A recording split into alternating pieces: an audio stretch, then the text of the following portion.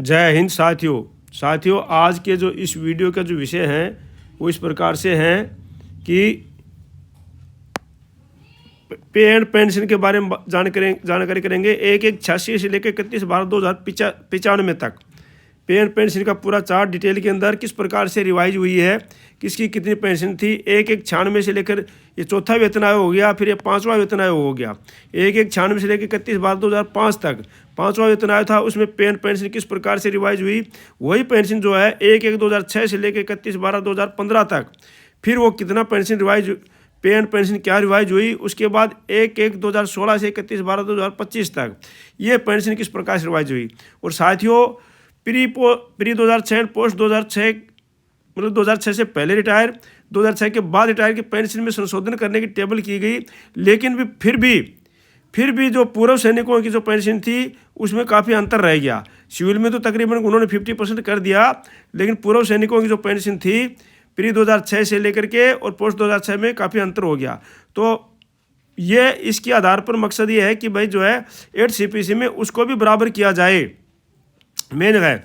दूसरा साथियों, पूर्व सैनिकों का आयुष हॉस्पिटल में इलाज होगा, इसके लिए पॉलिसी जारी की है। अभी हाल ही का लेटर है 24 जनवरी का, ये लेटर मैं आपको दिखाऊंगा, पूरा इसमें समझाऊंगा साथियों। तो अगर आप इस चैनल में नए बने, सब्सक्राइब कर लीजिए, लाइक कर दीजिए। पूरी टेबल में आपको दिखा करके चलते हैं, क्योंकि हर प्रकार की इंफॉर्मेशन मैं आपके पास भेजता रहता हूँ। जिस भी साथी की जो आवश्यकता है वो देख सकते हैं, स्क्रीनशॉट ले सकते हैं और डाउनलोड कर सकते हैं फ्री में, किसी प्रकार का कोई पैसा नहीं है। आप जो है हर रोज़ आपके पास कोई ना कोई इन्फॉर्मेशन भेजता हूँ, तो आप फ्री में चैनल को सब्सक्राइब जरूर कर लीजिए साथियों।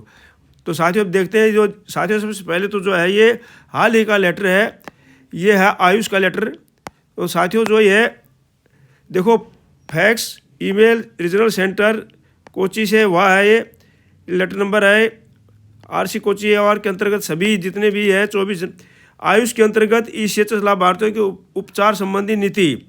भारत सरकार रक्षा मंत्रालय भूतपूर्व सैनिक कल्याण विभाग DOESW 24 तारीख का लेटर साथियों, हाल में जनवरी का लेटर है ये, कि पत्र संख्या 22D1/2022 WE 10 सितंबर 2025 का संदर्भ दिया, उन्होंने रेफरेंस दिया है, जिसे RC ECHS कोशी के पत्र संख्या इतना के 2025 के 19 सितंबर 2025 के माध्यम से अग्रसित किया गया था। मतलब ये पहले भी बताया जा चुका है कि आयुष के दौरान आयुष के हॉस्पिटल में पूर्व सैनिकों का जो ECHS लाभार्थी हैं उनका इलाज होगा। तो उसी के संदर्भ में जो पॉलिसी है उसी के बारे में बताया गया है।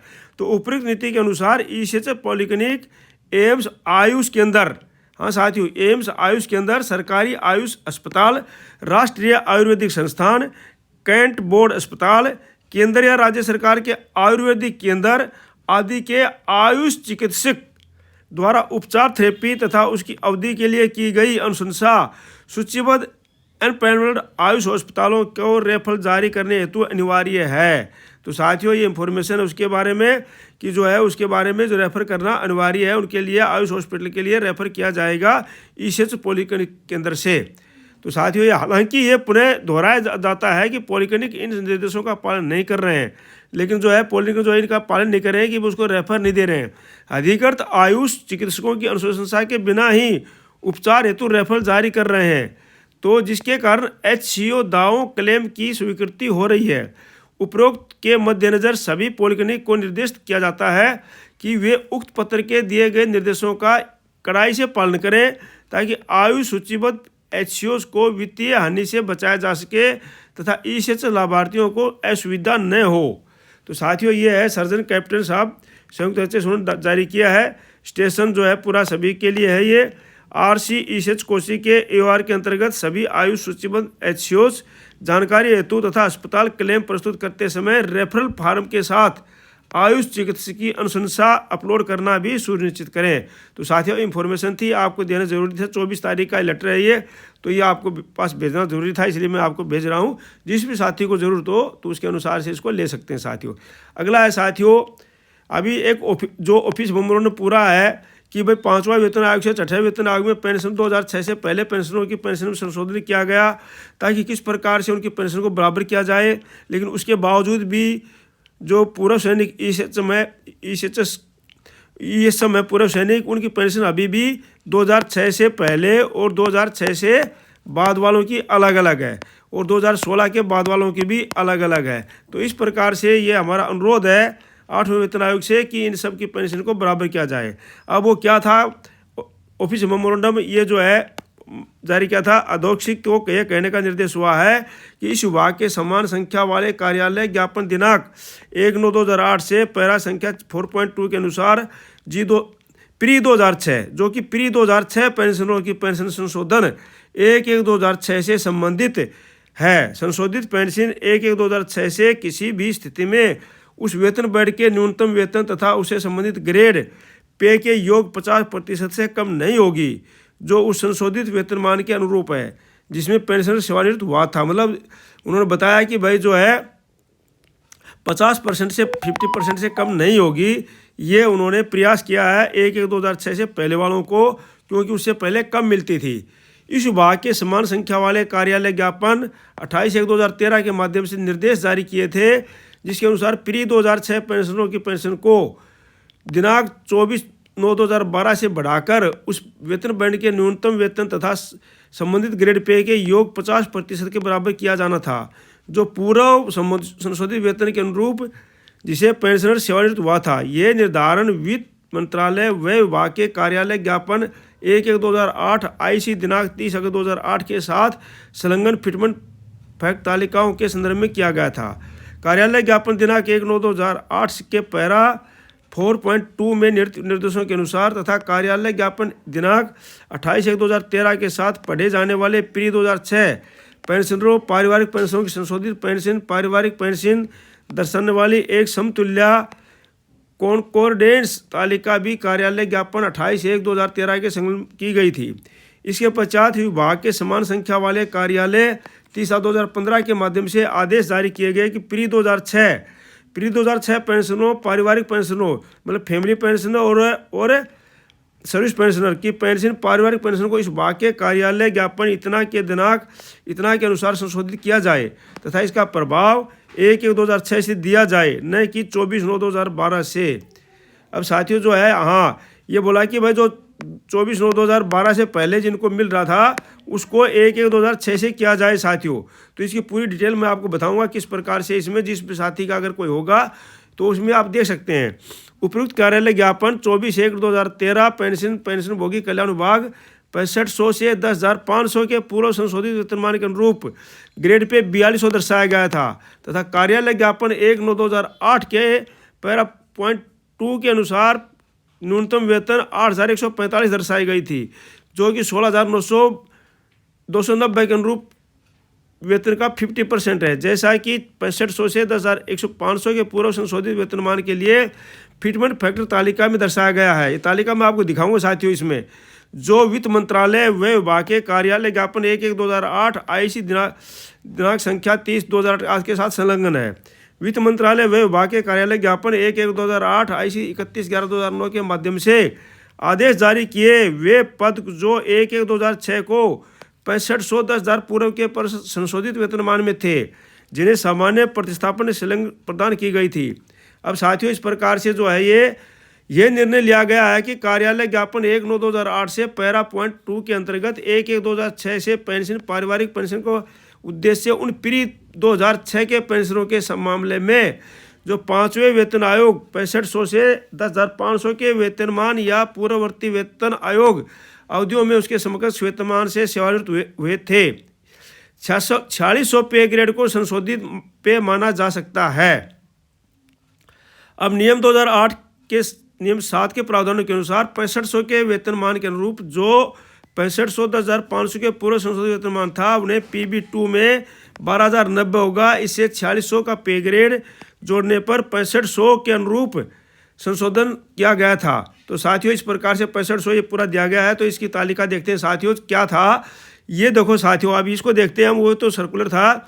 ये जो फिफ्थ पे कमीशन, फोर्थ पे कमीशन, सिक्स पे कमीशन, सेवन्थ पे कमीशन सभी की तालिका है। ये चौथे वेतन आयोग में 1/1/2086 को 1986 को लागू हुआ था। 1/1/1986 को उस समय थी 750 लोवेस्ट थी, हाईएस्ट थी 940।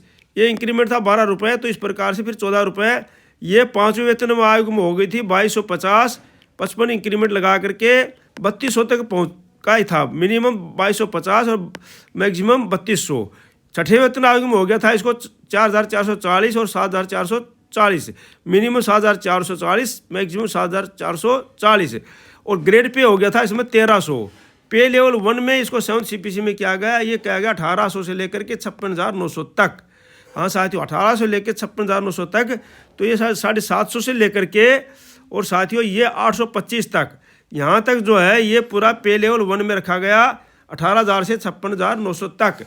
अब साथियों जिसकी चौथे वेतन आयोग में 950 थी, पाँचवें में 3,050 हो गई, छठे में 5200 हो गई थी, 5200 से 20,200 का ग्रेड पे आ गया था।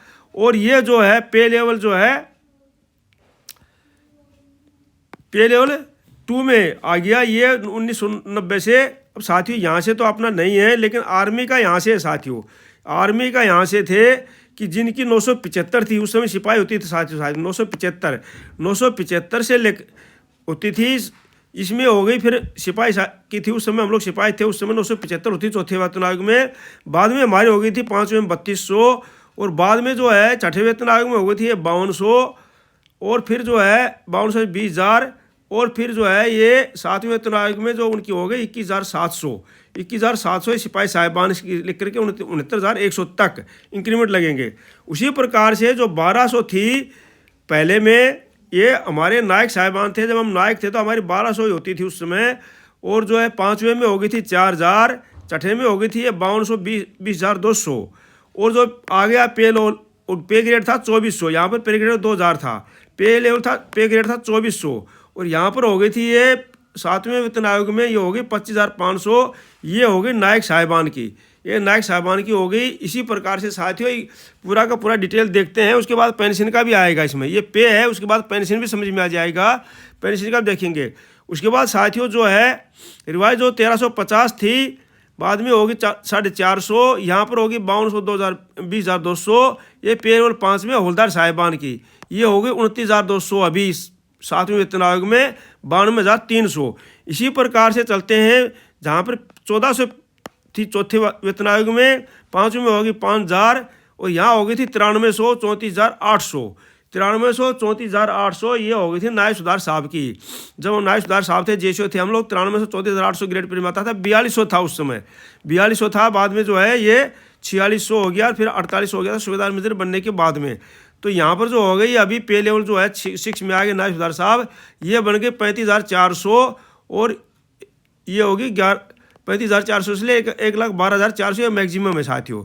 अब जो है 1640 जिसकी थी, उसकी आ गई जो पे लेवल में जो है 16, ये यहाँ से लेकर के यहाँ तक पे लेवल 6 आ गया 2000 तक, 1400 लेकर 2000 तक पे लेवल 6 आ गया साथियों ये पूरा, ठीक है नहीं, 35,400 नायब सुधार साहब।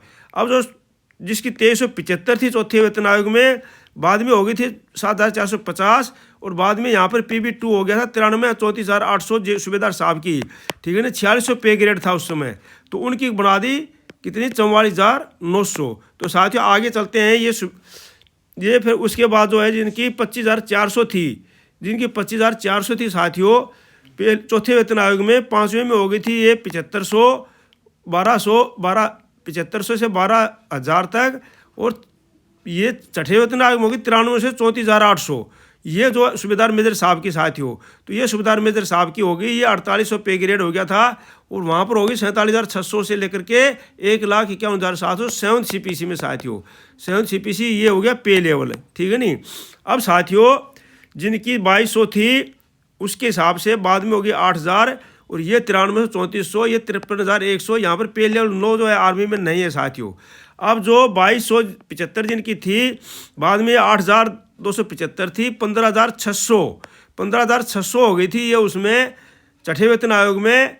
ऑर्डिनरी लेफ्टिनेंट साहब की 5400 का पे ग्रेड आ गया था यहाँ पर, तो ये हो गई 56,100, और 1,77,500 आखिरी है। तो ये हो गया ऑर्डिनरी लेफ्टिनेंट साहब का है साथियों। तो ये यहाँ से लेकर के यहाँ तक साथियों ये आ गया ऑर्डिनरी लेफ्टिनेंट साहब 56,100, ठीक है नहीं। अब साथियों उसके बाद जो आ जाते हैं कैप्टन साहब, तो ये साथियों कैप्टन साहब 67,700 तक यहाँ पर जो आगे कैप्टन साहब का, ठीक है नहीं। तो ये जो थी इस प्रकार से साथियों पे था। अब साथियों चलते हैं पेंशन में। अब ये पे था तो ये पेंशन जो रिवाइज होते होते साथियों ये जो 2000 थी, फिर उसमें जो है अगले वेतन आयोग में 6500 हुई, ये 1690 से हुई।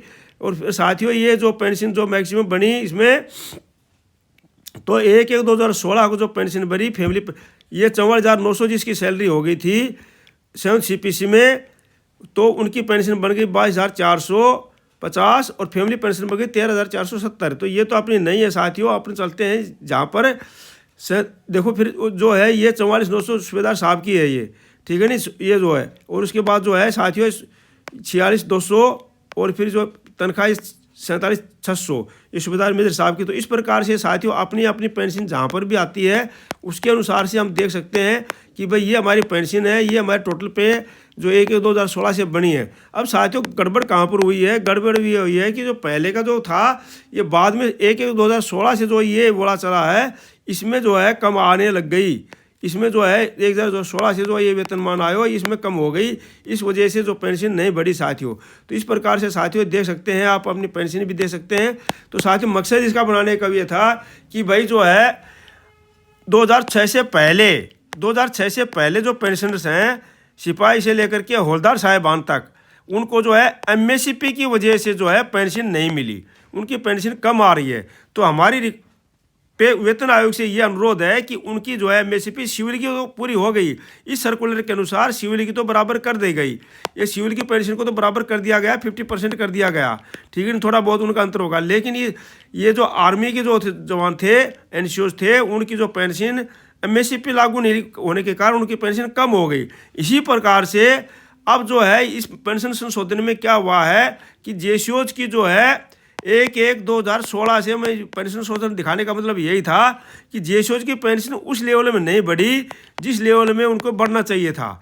अब वो जो है पहले की तरफ बढ़ना चाहिए था, तो बाद में आने वाले JCOs की पेंशन को कम हो गया, वो जो है कम होती चली गई। तो साथियों हमारा मेन मकसद है कि भाई ये ORP की जो ORP समझो या पे कमीशन की समझो, ये जो 2006 प्री 2006 और पोस्ट 2006 और प्री 2016 और पोस्ट 2016 का जो अंतर है इसको ख़त्म किया जाए। तो मैं मकसद ये साथियों, तो इस प्रकार के वीडियो मैं आपके पास भेजता रहता हूँ साथियों। चैनल को सब्सक्राइब कर लीजिए। मेन मकसद जो है आपको नॉलेज के लिए, जानकारी के लिए, इंफॉर्मेशन के लिए और एजुकेशन पर्पज़ के लिए साथियों। किसी प्रकार का फिनेंशियल बेनिफिट तो जो है आपको अपनी उस ऑफिशियल की कार्रवाई के लिए मिलेगा। तो साथियों इस प्रकार से मैं डिस्क्लेमर लगा दिया है, ओनली फॉर एजुकेशन पर्पज़। तो साथियों इस प्रकार के वीडियो में भेजता रहता हूँ, आपके लिए मुद्दे उठाते रहता हूँ। चैनल को सब्सक्राइब कर लीजिए, लाइक कर दीजिए, शेयर कर दीजिए, ताकि इस प्रकार की आवाज़ जो है ऊपर तक जाती रहे। Thank you for watching video, may will you long, God bless you. धन्यवाद, आपका दिन शुभ रहे। जय हिंद, जय भारत।